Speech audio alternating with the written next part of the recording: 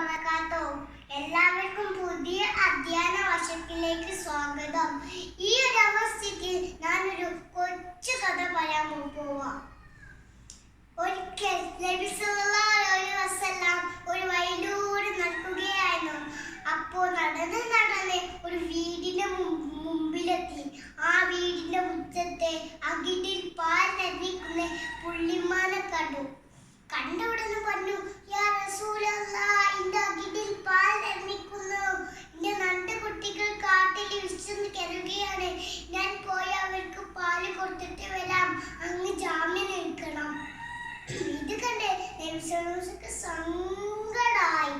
നബി സല്ലല്ലാഹു ചെയ്തതെന്നോ, വീട്ടുകാരെ വിളിച്ച് മാനിനെ അയച്ചു വിടാൻ പറഞ്ഞു.